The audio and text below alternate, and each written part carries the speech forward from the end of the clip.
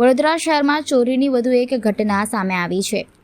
વડોદરાના હરણી Varasiya ring road પર આવેલી પ્રગરાજ સોસાયટીમાં છેલ્લા 2 વર્ષથી ભાડે રહેતા કિશન પટેલનો પરિવાર કામસર વતન ગયો હતો। દરમિયાન બંધ મકાનને નિશાન બનાવી તસ્કરોએ ઘરના નકુચા તોડી અંદર પ્રવેશ કર્યો હતો।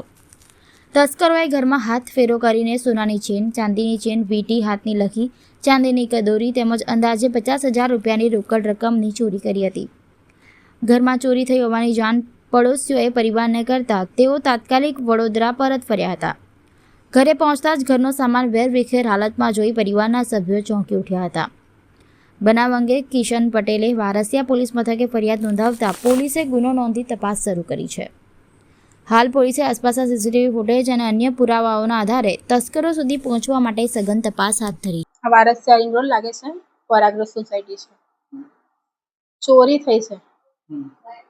હું સરસા ગઈ હતી મારા સાસરીમાં। મારા સાસુ બીમાર હતા તો કાલના ગયા હતા અમે 10-11 વાગે। આજ સવારે ફોન આવ્યો કે તમારા ઘેર ચોરી થઈ છે। તો જાળીનો નચુકો તોડી કાઢ્યો છે, બાયનાનો બી તોડી કાઢ્યો છે અને બધા કપડા ને બધું નીચે પાડીને બધું જે રકમ હતી ને એ બધું લઈ ગયા છે અને પૈસા લઈ ગયા 40-50,000 રૂપિયા કેશ। અને જે નીચે પડ્યા બીજા કપડા નીચે હતા એ પૈસા નીચે જ પડ્યા હતા।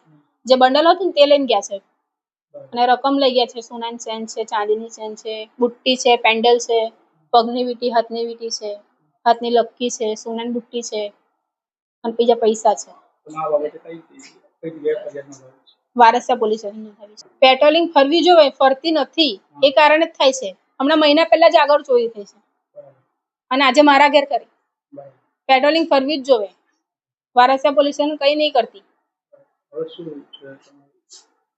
બસ મને માણસ મળે, મારું સોનું જોવે છે બસ। પૈસા તો ભલે લઈ ગયો, કેટલા દિવસ વાપરશે? મને મારું સોનું જોવે અને પૈસા ના મળે તોય કઈ નહીં, પણ માણસ મને મળે ને એટલી વાર છે। ભલે પોલીસને નહીં હોપું મેં,